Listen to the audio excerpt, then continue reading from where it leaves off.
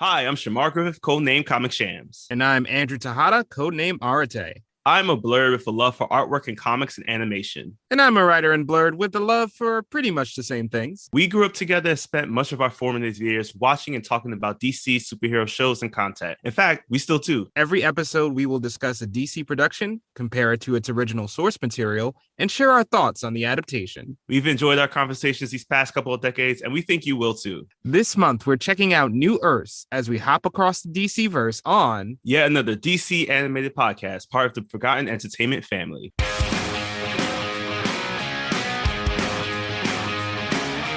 Hello, and welcome to Recent Activity, your new favorite entertainment review podcast that attempts to cover every film, every show, all at once. I am your co-host, Andrew Morgan. With me, as always, is a podcaster from Waterloo where the vampires hang out. It's Shane Beauregard. What's up? That is a quote that no one will get, but hopefully more people will, as a certain movie of ours came out this past weekend that we enjoyed. We will get to that in a moment. How are you, sir? You made it through Mother's Day. You got the whole shebang. You were out and about watching movies, so good on you, man. It's a great weekend. Like you said, I slayed Mother's Day, flag football, went to the zoo and soccer, and which I missed because of the zoo, but it's okay. And I got 5 movies in this weekend. Woo! Boom, boy. 5, yeah. Yeah, I mean, it's weird because we were kind of talking on the side, and we didn't know whether we wanted to do an episode like this. Today, we're going to do our top 5 movies of the year so far because, Shane, it's been a year, dude. I know. Since we started this podcast, a little over, and we did this exact type of episode as part of the launch last year. So it's kind of cool to do it again at this time of year. But we were also talking like, oh, maybe we have some new entries into our top 5. So maybe it's kind of like a cool time to do this, to take a snapshot of the year. I, too, survived the weekend, mostly watching crazy NBA playoff basketball because you and I are both Celtics guys, and Jason Tatum went off. That man was deadly. That last game 7 was amazing.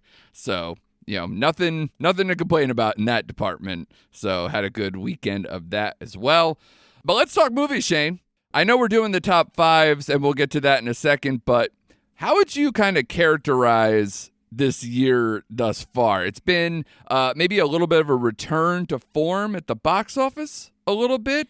And we're getting, some of the usual suspects in terms of like IP and stuff. But how do you feel the year is going so far? I have mixed emotions. The first word that popped in my head was lackluster. I know it was weird, but I wish I wrote down some of the stuff that we did last year, but I just feel like we're in the middle of May and we're going to project forward. There's not a lot that's grabbed my attention, and I feel like the good movies or like the box office successes, there's been gaps between them, until the whole Mario Brothers Guardians run almost back to back. Right. It's been kind of, we've talked about it. It's been some weeks it's hard to find stuff in the theater. Yeah, it really is. So as far as, I guess, quality of movies, I guess I should have kind of stated it that way. It's lackluster. I felt like last year at this point, we at least had kind of better quality of movies come out than we have so far this year. Which, again, I'm not complaining because I'm the horror action guy. So, I mean, it's been my kind of year, especially kicking off the year in January, February. But as a whole, I'm kind of disappointed, man. I'm not going to lie to you. Yeah, I'm kind of in the same camp. And again, if you aren't satisfied, that's a wild statement considering for like a 2-month stretch, we were just like, this is the month of Shane. And then like the next month, we were like, I guess this is still the month of Shane because it was all like, genre fare, action films and horror stuff and, things that would generally interest you, like the high IP comic book stuff or sci-fi stuff.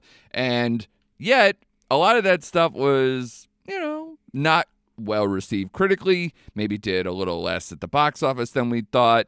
But then there were some surprises. Like horror is still doing plenty well. I don't know what the margins are exactly, but like your Scream 6, your Evil Dead Rise, your Cocaine Bears, Megan, things like that, like all did pretty good box office. But definitely, horror has done its thing. Knock at the Cabin as well. did some money, or at least like relative to its budget did well. So, horror's still back in a big way, bringing people back to the theater. We're not quite pre-pandemic numbers in terms of the box office, but that's mostly because of things like you said, where it just seemed like there wasn't enough movies out, or a big movie of the weekend would be something like Renfield was, and The Pope's Exorcist was like a weekend. It's like, this is the best we could do. So that was odd. And then the other thing I would say is that streaming movies, far, far less of them. So even if like the theater was not doing so well, then, you'd turn on okay, well, what does Netflix have this week? What does, HBO Max have this week or whatever? And it's not a lot. And in fact, I think Apple seems to be almost more active than the other streamers. I mean, besides Netflix. Netflix still cranks it out. But I don't know. It's weird that they've all turned down the volume, or the water pressure, whatever, the hose, as they used to call it, about all the streaming content that they would get. Do you feel that way too? Or are you feeling the effects of it's mostly TV kind of supplementing versus movies? Yeah, absolutely. I feel like you said, I feel like Apple Plus is really coming on this year, but it's more on the TV side of things, again, anchored by Ted Lasso, but then you got the Big Door Prize.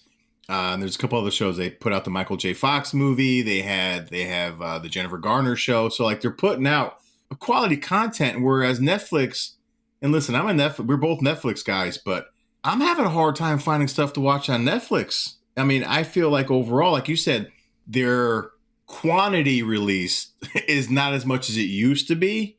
Right. And even their quality, some of their, I can't even think of the best Netflix film I've seen this year. I don't know if you consider The Pale Blue Eye a 2023 release or 2022. Okay. I mean, technically it did a mini run in the theaters before it was a January 6th release or something like that on Netflix technically. So yeah, I go by the Netflix one. Okay. So to me, that's probably the best movie they've had on Netflix. And that was way back in January. It's been slim pickings, man. And usually Netflix is my go-to. You said you liked AKA, right? I did. I really did. So there's that. But it's been so spread out. And we'll get into it with the Jennifer Lopez movie came out, and everything they're hyping up this year to me is just not hit the mark at all. But their TV shows are more successful, like you said. I think they're getting supplemented with quality TV shows. Yeah, which again, this time of year is kind of the thing, because you're gearing up for Emmy submissions versus you're not getting, you may get some big box office stuff or whatever, but it's generally, they save the goods for either the summer blockbuster season or they save it for Oscar season for the quality of movies that maybe we're going to get.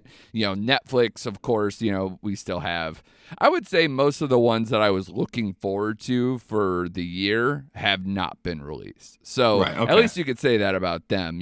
Even Extraction 2 is still to come, is kind of kicking off the season. Yeah, I hope the action's killer on that, man. Hargrave and Hemsworth, that's a combo that just works. But the first one's story wasn't there. I'm hoping they have a better idea of what this character is, especially because he had to quote kind of come back from the dead to do this one. So let's do it. Let's just go for broke. If we're already playing in Fantasyland, let's just go for it. I'm fine with that. But yeah, the only thing you didn't say, by the way, with the Apple TV Plus, shrinking, buddy. I'm sorry. Brain fart. Yeah. But outside of that, yeah, you're right. The movies have kind of come and gone. Tetris was a thing that I liked better than you did. But it's still of the streaming movies of the year, one of the better ones. Tetris is one of the better ones. So let's talk about I looked at the box office for the year, and no surprise, Mario, I guess if you want to say the big thing about Mario is it's wild that this movie so far has made more than both MCU movies of the year combined. Now, again, Guardians has just started, it's a couple weeks in, but at the same time, $1.2 billion for Super Mario Brothers, with Guardians being the second overall at $530 almost 531 worldwide $1 million. Ant-Man the Wasp: Quantumania at 475 worldwide $1 million. John Wick Chapter 4 is fourth at 419, which good on them. They almost got to MCU status for a fourth movie in the John Wick universe, and we'll get to that movie, I'm sure. And Creed 3 is number 5 at 273 million worldwide. So the only things that I consider a shock is number 6 is the Dungeons and Dragons movie. And if you told me that movie was going to beat like Scream 6, Shazam, the likes of those, I would have been like, you're out of your mind. Yeah. But it did. And obviously got better critical scores too. So that helps everything out in that category as well. But yeah, like I said, Scream 6 is 7th. Evil Dead Rise is 9th. So and Cocaine Bear is 13th. So you got and Pope's Exorcist is even 16th, which that movie started out real slow. And was already, and it's been greenlit for a second one too. It's wild. So, horror is back. IP still reigns, but every now and then you get something that still works. Like Air made as much as Cocaine Bear at 87 million, and that's a movie that was quick to go to streaming now on Amazon Prime if anyone hasn't seen it. But I agree with you overall. Like it seems like we got a lot less product. It seems like a lot of people. I put out there, I don't know if you saw it, I put out on Twitter on our account. I put it out there to like a lot of our friends and seeing what they thought were like kind of their favorite movies. And I definitely saw a lot of overlap, especially, our friends are like us. They're like, nerdy. They're into the horror stuff too and everything else. So it's a lot of the same ones that you can talk about box office wise. We're all on these lists. A lot of love for Guardians, a lot of love for John Wick, a lot of love for Evil Dead Rise. There's a few other things in here too, including Cocaine Bear. A lot of people kind of having fun with Cocaine Bear and even Renfield, which we gave a fair shake to, but I don't know if that'll end up in our top 5s, but a lot of those movies it's kind of all the same ones as I look through the lists that people put out there. And that was my fear with something with this episode is like, are we going to have the same list? Are we going to have something different? And I think we're going to have enough variety to have some fun. I hope we do, but I do think we're going to have at least, I don't know how much variety we're going to have. I think we may have them in different order, but I think we'll have 4. I think I'm going to go on a limb and say we have 4 of the same top 5s. Let's see. Hold on. I think that's actually possible. At least 3, if not 4. Okay. Yeah. And going back to piggybacking off what you said about the whole asking our friends in box office, this should tell you all you need to know. Up until March, in my top movies of the year so far was Plane, Megan, She Came from the Woods, Knock on the Cabin Door. It was a pretty slow start to the year, when I got to slide stuff like Plane, which I loved, by the way, but come on, top movie of the year. No, yeah. If that movie lingers in your top list for a long time, that's a bad start. And the only thing I can remember about by this time last year, I remember the consensus with you, myself, and Chris, and it was kind of like Everything Everywhere All at Once was already out. The Batman was in each of our lists. I remember that was kind of like, we have kind of the tops, but in a different order. Outside of that, I can't fully remember like what else by that point was in our list. I remember, obviously, for myself, I know Cha Cha Real Smooth I had seen at Sundance and it wasn't out yet, so I kind of like cheated and put it in there. Right. But like outside of that, it was not as spectacular. Although I will say Sundance was way better last year, and those movies trickled out right afterwards, where a lot of those either were starting to make the list or we were starting to talk about a lot of those, and some of them were released, like Fresh, for instance, I think was probably on lists. Yeah, of it ours. was on the list, and you had the Nicolas Cage movie, The Massive Talent, was out early. Oh, right. That made, Yeah. So a decent crop, but again, I think I'll speak for myself. I did the Sundance thing again this year, but it was like very disappointing. So there might be some that come out later in the year that I didn't get to that come out and all that. But at this point, I just kind of take it as a wash, just goodbye. Like Right. it didn't really do a whole lot for me. But let's get into the list here because, like I said, I think we are going to kind of go around. So like we can, kind of mark them off as soon as whenever everybody gets to that one that we know we have as a crossover. But let's start. You go first, man. Give us your number 5. Okay, this is a total shame pick, and I'm going to do it because it's my pick, and that is Cocaine Bear. Okay. Is my number 5. I Yeah. know I like this a little more than you did, but it was exactly to what I was looking for at that time. It was fun. I thought Elizabeth Banks did a great job. I love Kerry Russell. You get the performance by Ray Liotta. Right. Yes, it has massive misfires in it, but I thought it was funny. I liked the action, and I just really dug it for what it was. So that made my list. That's number 5 for me. Now, again, this is based on a true story, but do you think they're going to have the nerve to try to sequel this up? I am going to go on a limb and say no. I think this is going to be a one-off, as well as should.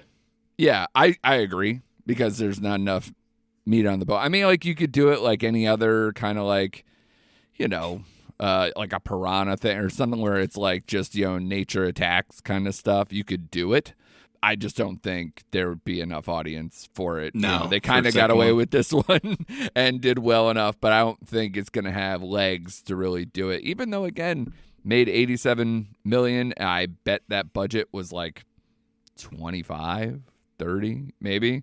I'd be shocked if it was in the 50s, but like, it should be enough for it to do well. And obviously, whatever streaming, PVOD numbers that they did too, it could be a whole package, and you never know where that's going to go.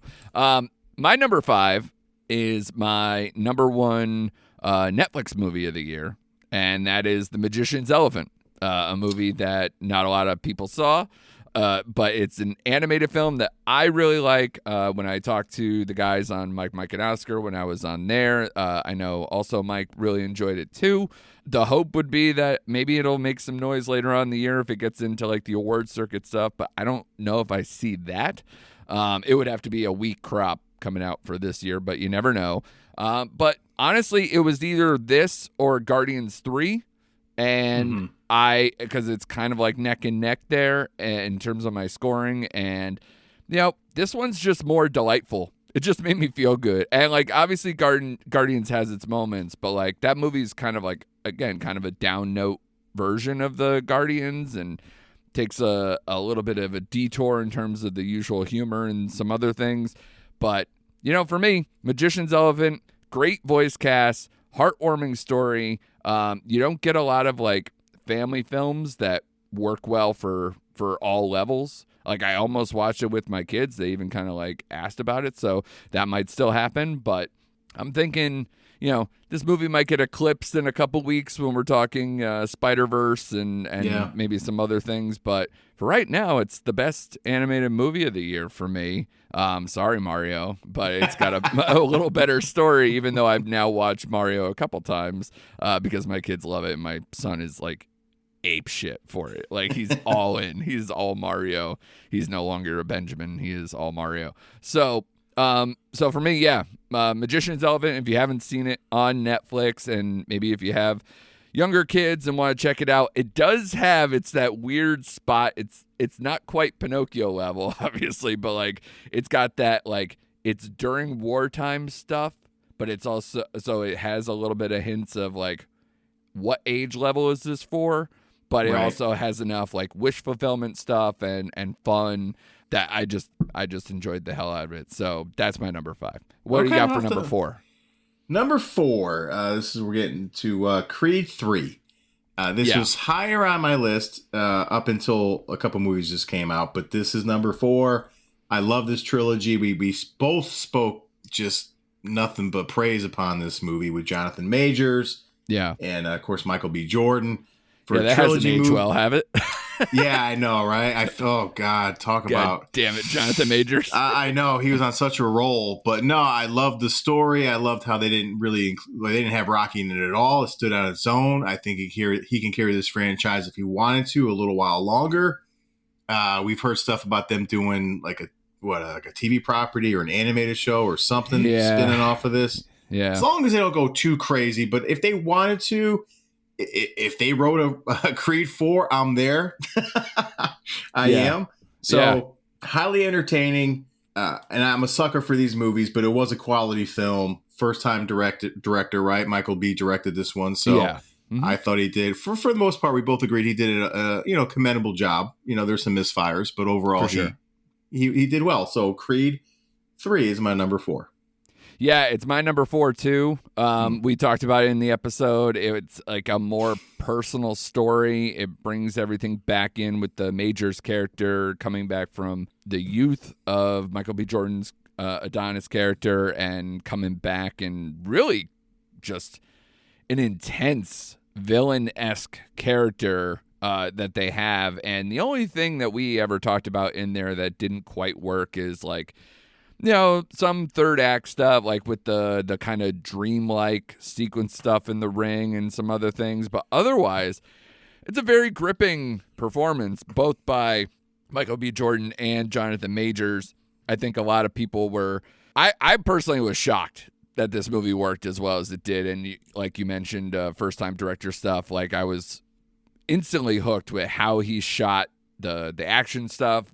Anime was his influence in a lot of those things, which is maybe why we're going to get like, Creed anime stuff or whatever, because he's just all in on that and it's, his baby now. But yeah, I didn't miss Stallone, and that's a big statement. So, yeah, definitely Creed 3, one of the best films of the year, my number 4. Shane, where are you with number 3? Number 3 is probably the most recent movie we both saw, and that is Blackberry. Yep. Which shows kind of like where I'm at this year, where I have Cocaine Bear 5 and a movie like Blackberry in the same top 5. Yeah. But sadly, unfortunately, like it's not out in a ton of theaters, but it's also not doing that well. We were just talking about it where it's like, we love this movie, but it made $500,000 at best over the weekend, which is tough. But yeah, no, this is also my number 3. Speak on it. Yeah, there you go. See, we'll get into the nuts and bolts, but I thought Glenn Howerton and Jay, I can never pronounce his last name correct. Baruchel? Yeah. Yeah, probably the best kind of acting he had to do, where he wasn't playing like some slacker goof off of Seth Rogen's character trying to buddy up to Jonah Hill. I was really keyed in his performance, and Glenn Howerton to me was this angry dentist for most of the movie. But But it worked, man. Like he was so intense. I'm a sucker for biopics when they're done the right way, and I thought this had enough humor. I love the grainy kind of documentary style this was filmed in. You had that, independent feel to it for sure. You had your guest appearance cameo by Carrie Elways. And it's strictly the rise and fall of the BlackBerry, which I never had, by the way. No, me neither. And we weren't special enough. Right. And I liked the line where they said, this is going to be the phone you had before the iPhone. Right. So yeah, I loved it. I just wish they would have gone into some more, maybe the personal aspects of their lives rather than just the rise and fall of it. And we could touch on that. But overall, man, this was a well done movie. And in a year of biopics with the whole Air movie we were just talking about, I liked it better than Air. I thought it was a better biopic than Air. Yeah. So good performances all around. I was just laser focused into this movie. It's a quick ride. And all I'm going to say, if you see it at your local theater, catch it before it leaves, because it's probably going to leave after a week. Yeah. Same thing. I echo a lot of those sentiments. I, too, have this above, Air, Tetris, the other kind of things that could fall in this category. The one thing you didn't mention is love the music in this, too. It started out hot. They were driving in the car listening to No Effects, immediately. And I was like, hell yeah, that's awesome. And then Elastica, like that song is in the trailer as well as profiled in the movie as well. Return of the Mac, when they discovered the unlimited texting thing. It's a great thing. But yeah, great pacing. I really like the pacing of this movie. It's 2 hours, but you don't feel it at all. And it's got that level of like kind of, like you said, the documentary feel, a lot of like that quick cut, quick zoom thing that is almost like television-esque or documentary-esque, and it kind of like blends the two. Love the character design. I kind of disagree with what you said. I don't think they need to go any more personable on these people, because this was their life. And a lot of times, you know, with these tech guys, and especially a rise like this that happens so quickly, you got one character who like mortgages his house and sitting there like, you know, just in his underwear watching hockey. When you see a personal shot of him, it's like, okay, yeah, he has nothing going on. And then, you know, same thing with these other guys who worked for, you know, RIM as well. Yeah, I see what you're saying. I guess I should have maybe specified that a little more. Like towards the end of the movie, when they tell you what happened to each individual, like I would have liked to know how Balceris got out of going to prison. They never mentioned that at all. You know, yeah, they left that out. Some of the minor details like that, I wish they would have like focused in what are they doing now? Like how did they get out of the mess they were kind of in? Yeah, they were better about that with Air for sure. Yeah. And what I found out after the movie is Doug, the character Doug, Matt Johnson, is the director and writer of the movie. Is that right? Yes, he is. Yeah. Which I was going to mention. That's impressive to do all that. I loved his character in this movie where he's got the Ninja Turtles. He's got the headphones on. He's listening to the soundtrack, you know? Yeah. It was great. But here's a bigger question. What the hell happened to Michael Ironside? Holy sugar jack. Yeah. And ironically, he's also in Barry that we're watching at the same time. So fucking Michael Ironside making the comeback in a late stage. But he's up there. He doesn't work a ton, so but he's still a big presence. He's perfectly casted in this movie, and I like him in Barry too. He fits that role pretty well. So I'm all into it. I agree about the Doug character, and kind of like he's just this. He's dressed kind of like Teen Wolf, but a real person. He's got the headband, he's got like the cutoffs or the nerdy shirts and whatever, and it's legit. And I guess they took it from a lot of photos from like other, like obviously this particular company, plus there were company photos from other like like soon to rise up tech companies that started in like the 90s and things like that. And I love how they show the growth of this company, the instant, kind of going from being these goofballs who have like movie nights and stuff and really trying to keep traditions. And, it felt a lot like watching Silicon Valley, like that show, but like, honestly, they just got to the point and they just did it so succinctly that I admire that. When a movie kind of like outshines kind of like a really good TV show just by going, oh yeah, no, we could do that too, but I'll do it in 2 hours when you couldn't do it in, 25 hours. Right. So, or didn't have as much growth. So yeah, you could do something like that with a show. And I did like Silicon Valley. But too. At the same time, I really liked this movie, and I was very impressed for a movie that I was just like, we'll just throw this on the pile with Air and Tetris and whatever else. But no, this takes the cake. And for you people listening, the quote that Andrew said at the top of the show is in fact from this movie. Yes, it is. And it made me laugh so goddamn hard. I don't even know what he meant by that. Where do vampires hang out? I guess it's like a drug scene or something that maybe I'm unaware or something, but I was just like, whatever, man, go for broke. He was already trying to move the Pittsburgh Penguins to Calgary or whatever it was, a fucking animal. Which I never knew that, but I guess that's the truth. That's what happened. It blew my mind. I don't remember that at all. Yeah. So yeah, I just loved all the main characters in this story, and obviously, how it just crumbled based on new tech kind of fading old tech, but also just the shitty back dealing stuff that the shadiness of the co-CEO there that you mentioned, and doing stock option stuff that got them landed with the SEC and all that stuff. So there's enough intrigue, there's enough great character design, even just kind of like seeing the development of those early smartphones too. I was into the story because I didn't really know.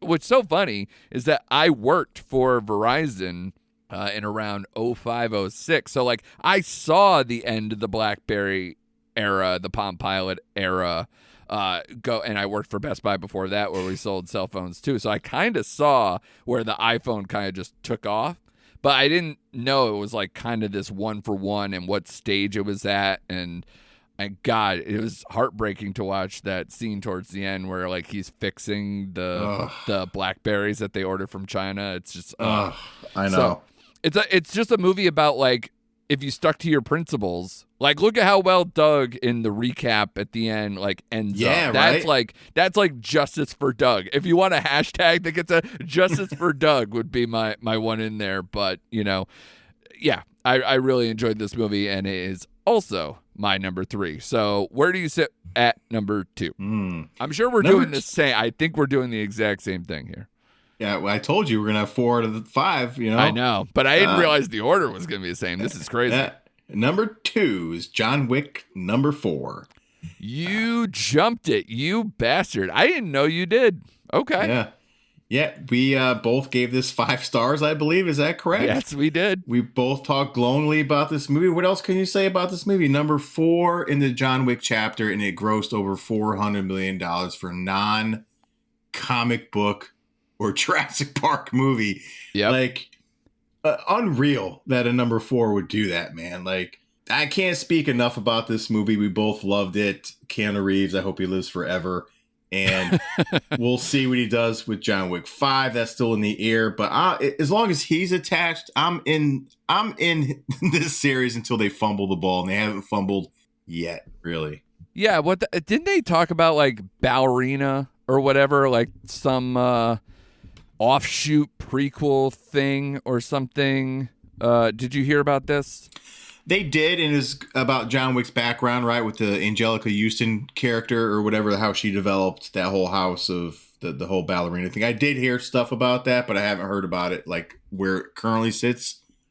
Yeah, it's written also still by Shane Hatton, who did a lot of the scripts for. He at least did 3 and 4. I don't know if he was in before then, but yeah, this is supposed to be set between the events of John Wick Chapter 3 and John Wick Chapter 4. So you're going to have Keanu. It's Ana de Armas in there as well with Chloe Grace Moretz. And I guess maybe they shot enough. People are saying that Lance Reddick is in this too, but I don't know if it's, flashback or whatnot. Not to spoil John Wick Chapter 4 for people. Right. But, I don't know how far along they are and when they're doing it. But if you look it up, it says 2024. So we might get it, right on the heels of the success of John Wick Chapter 4. Totally agree, though. Obviously, like we said, we gave it a glowing review. This movie is my number 1, though. So this is where we kind of like just flip-flop slightly, because I know we're also going to be glowing about your number 1 and probably my number 2. So, but John Wick, Chapter 4, amazing how they brought in new characters into the fold, and we just fell in love instantly. The action is still off the charts. We were so concerned about the runtime in this movie, or at least I was more than you, because you were just like, put it in my veins. I don't give a shit. It could be 7 hours, and I'd be like, whatever. But I was a little more skeptical, and it didn't bother me at all. So this movie, one of the best action movies I've seen in a long, long time, made up for all the shortcomings that I had with Part 3, which I thought was the worst of the series. So amazing that they were able to pull this off, and I agree, if they just keep this thing going, including whatever, if they want to do the ballerina thing, because it's going backwards in time, and then hit the ending of this movie be his ending, I'm fine with that too. But yeah, let's do it, man. More Keanu. He's the best. I'm not going to complain. Love that man. So give us your number 1, homie. Well, it's your number 2. Like you said, it's The Covenant, man. Yeah. Guy Ritchie's, his masterpiece of the year, his masterpiece since 1999. And I might take this as his best movie he's ever directed. Now that I want to go back now, would I rewatch Snatch and John Wick 4 more than The Covenant? Yeah, probably so. Because you got to be in the right headspace to watch The Covenant. Yeah. But damn, this movie is gripping on so many levels. We talked about the score was just so well weaved into this movie, and the performances of Jake Gyllenhaal and I forgot the interpreter's name, but man, just that story, and it had enough action. It was well shot. Just a great movie, man. And again, would I watch John Wick more? Yes, but man, as far as movies go, this movie had everything, man. And it hit all the notes. It was emotional, again, action packed. There were scenes that made me well up a little bit. I mean, I give all the flowers to Jake Gyllenhaal on this one, man. Yeah, I mean, we've talked about it because obviously we covered it on the show, but it's interesting for a Guy Ritchie movie to be more story than style. And this movie is a hell of a story. A lot of performances that, maybe get lost with the fact that I did like the cinematography, the score, those type of things I thought were big standouts for me. So maybe I sleep on the performances a little bit, but I thought, yes, the two mains are absolutely perfect for this movie. They gel well together. The montage sequences of going through the mountains and doing all that stuff, the rescue mission kind of things, was excellent. And yeah, Gyllenhaal slam dunks that third act, once he gets back in the field and does everything else. So cannot complain. I again, probably based on my age, whenever you see people, but like, give me Snatch and that movie all day. It was on cable or whatever the other day, and I just watched it from wherever I picked it up, and just I can't help but love that movie. It's so it's a winky, it's a constant smile, even though it does get dark. I forgot how dark it gets with like the Brad Pitt storyline with his mom and the Pikeys and all that stuff. But that style of Guy Ritchie I prefer. But to me, this movie is the best thing he's done in quite some time. Mm-hmm. And yeah, this is my number 2. But it was tough. It was tough to pick. We were saying it in the episode that it was tough to pick. But I have this just a tick below John Wick Chapter 4. So not a shock that we have an extreme overlap, but it kind of, feeds into what I was saying about even just checking in with people on Twitter and things like that. A lot of people were kind of saying the same things. Did you ever get to Evil Dead Rise? I'm seeing that on a lot of people's, and I have not yet. I have not, because I wasn't a fan of the original retelling or reimaging of the first Evil Dead. And then when I saw this trailer, it honestly didn't do anything for me. And it still doesn't do anything for me, which is shocking because I'm a horror guy, but I can't get motivated to see this movie. You know what I mean? But yet I'll be motivated to see some shitty Ben Affleck movie at the theater. You know what I mean? Know. Yeah. Which, by the way, the floor is yours. Give me your 30 seconds on Hypnotic, because I wanted to see this over the weekend. We talked about possibly covering it this week, and yeah, it's getting a little bit slammed out there on these streets. So it is, and I just read before we got on the air, that movie is like 20 years in developmental hell, and I don't know why, because this wasn't a great movie. I mean, you got Ben Affleck plays a cop whose daughter gets kidnapped, and he's doing everything he can to find her. He gets his clue, and he's trying to track her down. You got William Fincher as like this hypnotic guy who think in Inception, like he can like make you see a reality that's not there in your mind.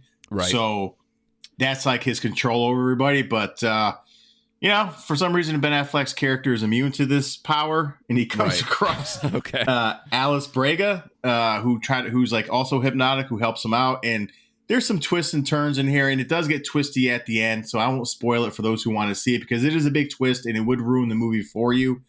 And I like Rich Rodriguez, but this was probably the worst film he's ever directed. Robert Rodriguez. I'm sorry, Robert Rodriguez. Sorry, thank you. I'm like, he's not the closer for the Pirates or whatever. Yeah, not that we know of. He might have done a better job with this movie. Who knows? Fair point. Yeah. This is like a straightforward Robert Rodriguez movie. Like, and what bothered me is like there's too many close-ups on objects. Like you do a close-up on a pair of scissors, so like 10 minutes later, the scissors are going to come into place. He did those shots over and over and over. The screenplay was bad. The dialogue was just bad. And if they would have kept the bad guy as the bad guy, this movie would have landed a little better. But when they did their twisty turn, it lost all momentum for me. So the best thing I could say is it's an hour and a half. I have seen a lot worse. This movie wouldn't have bothered me if it was on Netflix. Like if this is a Netflix movie to a T. The fact that I had to go to the theater to see this movie kind of stuck in my craw a little bit. So to wrap it up, I gave it a 2 out of 5. And I love Ben Affleck. I'm a defender of the Fleck, but man, he's kind of going through the motions in this one. And it just, you could tell. It just was, it was a mess. And the critics are right. It's a mess. It's a total mess. Yeah. Well, speaking of, I'm curious, did you end up catching The Mother over the weekend? That was my review for what's on Netflix if you want to go see my long written review. But this Jennifer Lopez, my big thing with it, my biggest contention was that they lost me 40 minutes into the movie when they talk about her backstory. I don't think this movie is Jennifer Lopez's fault if it's not as successful as it should be, and it's all about the screenplay that failed this movie. Do you agree with those sentiments? Yeah, I agree. To put it this way, I fell asleep watching it the first time, and so I rewatched it on Mother's Day, and again, I wanted to go to sleep again. It lost me, again, probably 45 minutes in. I thought the editing was terrible. Do you remember the scene where she's chasing the guy in Cuba down the stairs and he throws like a trash can or a barrel at her? Yeah. You can definitely tell if you look, that's her stunt double. Like they did such a bad job editing that scene. And to me, she wasn't viable as an action person, and she can carry action. I just didn't buy her in this movie. I didn't like the story. It was way too long. And I hate to tell you, J-Lo, but I'd rather watch Hypnotic again than sit through The Mother. Yeah. See, I think I gave it. Well, it was me and my I would give quarters, but I think I put it as a 2.5 on my letterbox. But I could be talked into slightly lower depending on my mood. But it's just I felt for J-Lo because I don't think they let her do a ton, and I don't think they had like these elite stunt choreographers that you're seeing in some, your Extractions or your Old Guards or your whatever. And, they kind of just threw this movie together. And it's Nikki Caro, who I liked early on with Whale Rider and North Country. And, I thought she did a good job. And then, like, nowadays she's doing, like, the Mulan remake in this movie. And I'm like, okay, so she's just kind of, like, for hire. It felt like she did her passion project. She made her stamp, and now she's kind of just floating in the ether and lands on something like this. But you could tell this movie was just hacked to pieces between rewrites, heavy edits, and and it's still not like a short movie either. So however this worked out, read my review on what's on Netflix or check the movie out if you want to counter on us, because I will tell you, as soon as it landed on what's on Netflix, I got comments in there being like, who is this critic? I don't fucking care. J-Lo's the best. It's like, all right, okay. So if you want to be that person to me, feel free. At Jokes on Drew on Twitter, you can yell at me there or the comment section of the site. But I would say, if you want to wrap it up this way, Shane, so we're looking at the summer. And we also did last year, we did kind of like our most anticipated summer movie stuff, but we don't need to get into all that because we're basically right upon it. But I would say the reason why we kind of did this top 5 now is because I don't see anything for a few weeks here that I thought would jump in, but just kind of forecasting into the summer a little bit. What's like 1 or 2 movies that you think could jump into the Shane top 5 if it all goes well? Oh, man. Okay. That's a good question. Because I made a list here, and boy.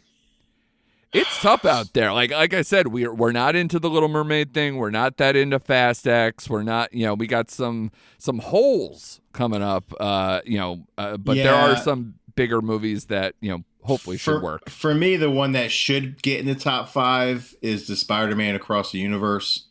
Should get in the top 5. Other than that, maybe Mission Impossible: Dead Reckoning Part 1. Yeah. Because I'm not a huge fan of Christopher Nolan. I know that's going to piss a lot of people off. That's fine. So I just think he's getting too smart for his own good. So I'm not Oppenheimer doesn't do anything for me. So those would be the 2 that might sneak into my top 5. I have others listed here, but they're not top. Fortunately, Meg 2 is not a top 5 movie. That might get my top 10. I was about to say, we'll see. You say that, and then you're going to turn around and go, so I don't like giving so many 5s in one year. I'm just waiting for it. I'm waiting for you to just drop that in there just to do it. But I agree, though. Those were the kind of ones that are me movies. Like Across the Spider-Verse is the next one that's probably I'm like super excited. Like I already have my tickets for it. I'm that kind of guy. And then from there it's Dead Reckoning Part 1 because Fallout was, I think, the best one of the series, and we're coming right off of that. So hopefully it's not like the Bond series where it was like, oh, Skyfall is great, and then there's like a drop off because you're trying to like end this thing out or however it goes. But still a worthy movie, but it's not going to live up to maybe what my favorite is of the franchise. But yeah, I am a Nolan fan, so I will be front and center for Oppenheimer. And then I'll also watch Barbie, but I have no idea what that movie is, even multiple trailers in. So that's kind of like scratching my head. But those are the ones that in the next few months I think could jump in here. Here's one for you, since we both saw Black Bear. I don't know if you said you didn't see any trailers. One trailer I did see, which this may shock you, but it's an IFC movie as well. A little movie called Biosphere, not to be confused with Biodome. Right. Biosphere, with Mark Duplass and Sterling K. Brown. Oh, have you seen a trailer for that? I have not. No, I haven't. I'm really interested in that film. It's a quirky independent film about two guys trapped in a biosphere trying to like sustain life, and it's one of those kind of movies, man. But it's it looks like a good lighthearted comedy / drama. So I wrote that down as well, man. Again, see, I can surprise you people. I'm not all boobs and guns and explosions. I mainly am, but I can step outside my box. Is there something that we like? Because again, I brought up Evil Dead Rise, but like, is there any other movies that you're like, oh, I missed out on this one? I need to go back. Like anything that like, because to me, I didn't really have a lot. Like even just looking at the stuff here, like, yeah, I'll probably try to get to Dungeons and Dragons. But outside of that, there's not a whole lot that I think I'm like, oh man, I missed out. Like, I know, and this makes me sad and I probably have to rectify it, but I just ended my Hulu subscription and then now they have stuff that I want to watch, so I'm like, I guess I might go back. But the Rye Lane is a movie that I believe was at Sundance that I missed that I've heard really good things about. So there's that. I don't know about many other movies that I have like on my watch list that have already been released that I'm kind of missing out on. You got anything in that category? No, the one I had, which I watched this weekend, was Air. That's the one I wanted to see in the theater. I missed it in the theater, but thank God I got the Prime, so I was able to catch up on that. But as far as theatrical releases that I'm like, shoot, I can't wait. No, there's nothing. Yeah, I don't know if I, stomped on the flames of Sisu for you, but I thought that movie was fine. It's it's still a good movie to watch. It's short and you can have a lot of fun with it, but it wasn't like this, oh man, gear up like it's a John Wick movie. I had enough fun with it, but I wasn't there. I know Infinity Pool is on my list to watch. Yeah. Okay, you're right. Do that. Yeah. Did you ever get to? I thought you got to that one. I didn't. It didn't jive with the times I was going to go, and I think I ended up seeing another horror film instead. Right. And I forget which one it was, but I had two to choose from, and I chose the not Infinity Pool. Gotcha. All right. So there's enough ones that maybe once we catch up. Polite Society was another one out of Sundance that I wanted to check out. That was supposed to be like kind of like a cool Indian action movie there as well. But yeah. I think there's enough out there. And as you're saying, that Biosphere, I looked that up, and July 7th is when that one comes out. And I got to say, it's a two-hander. It's a small movie, so it could be pretty solid. I wonder if this was like one of those COVID ones because it's listed as 2022, but doesn't have a theatrical release until, obviously, like I said, July 7th. So we'll see. Movie year is plugging along. It's got like some highs and lows, but nothing where it's like this feels like a great year yet. So I want better things for the summer. I want those movies that we mentioned that are on our radar to be knocked out of the park, so that way I'm not sitting here, debating whether I keep, for for even how much I like it. You know, the magicians, elvins of the world, or things like that are on the fringes right now, keeping that dialogue going. But you know, I hope those other movies that we mentioned do really well. I believe Fast X is obviously the big movie of the week this week. So, as I mentioned to you, I haven't seen a Fast movie in a very, very, very long time. I started early and left with Tokyo Drift and never went back. So, yes, I hear Fast 5 is excellent and all these other things, and maybe that'll be my homework to get back in the swing of things and maybe catch this out eventually. But, you know, they've kind of, you know, they jumped the shark and then fucked the shark as well. Like it's like they're just like they have just murdered the shark over and over again. So it's an interesting franchise. So I don't think we're gonna maybe get to that unless you do want to give a shorty review maybe next week. But hopefully we'll maybe jump back into some of the TV stuff.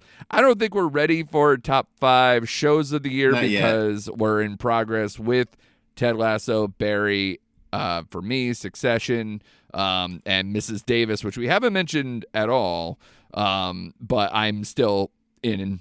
And, you know, the fact that we're going whale hunting or whatever in the show, you're not caught up, right? I'm not caught up, correct. So I'll leave it that then for there. Anything else you got on the burner, buddy, before we get out of here? That's it, man. It's going to be a slow week. I say I won't watch Fast 10, but I'm sure I'll end up catching it in the theater because that's the kind of life I live. So exactly.